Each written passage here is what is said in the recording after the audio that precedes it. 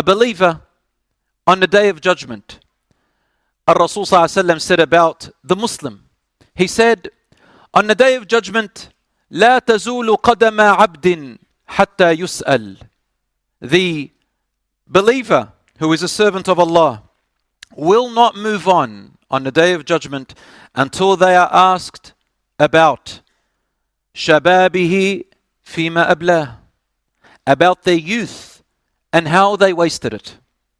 وعن عمره فيما أفناه, and about his entire life and what did he use it on. وعن ماله, and about his wealth. من أين اكتسبه, where did he or she earn it from.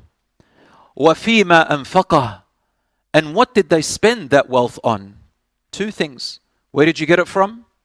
What did you spend it on? And finally, وعن علمه في ماذا فعل فيه, and about his or her knowledge and skills which they attained in this life. What did you do with your knowledge and your skills?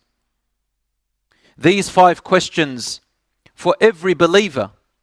We're not talking about the non-Muslim yet, but the believer, because the believer took a contract with Allah, and so Allah subhanahu wa ta'ala has to ask us. It could be a good outcome, or it could be a bad outcome, or somewhere in between. May Allah subhanahu wa ta'ala forgive our shortcomings.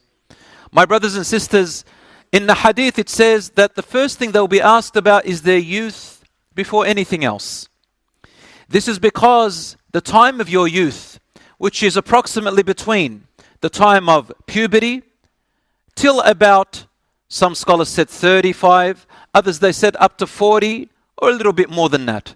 The point is, there is a time of energy, the time of health, in which is the most important time for the youth. Because in that time, if it is lost, then what comes after that? Your health starts to deteriorate as you get older.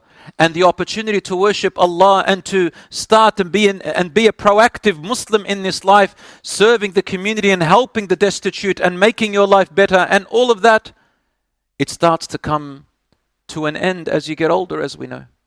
And so the shabab time, the youth time, is the most beloved to Allah and the most precious time. The older you get, the more respected you become. And every person as they get older, what should they be doing? A person should be improving. That is why when Allah subhanahu wa ta'ala says, when a person reaches the age of 40, قال, he says, my Lord, allow me to thank you in gratitude for what you have given me and for the blessings which you have bestowed upon me.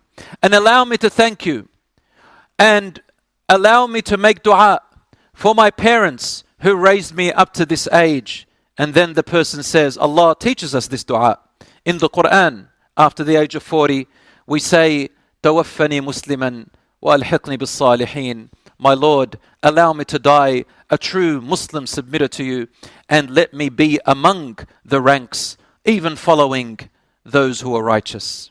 So after 40, the sunset starts, subhanallah.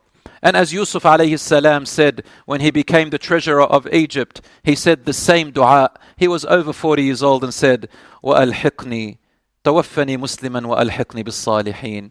See how humble he was. He says, my Lord, allow me to die as a Muslim and allow me to even follow, even if I'm in the back rows, in the ranks and the lines of those who are righteous. And this is how we ask Allah subhanahu wa ta'ala. We ask Allah subhanahu wa ta'ala with humility and humbleness.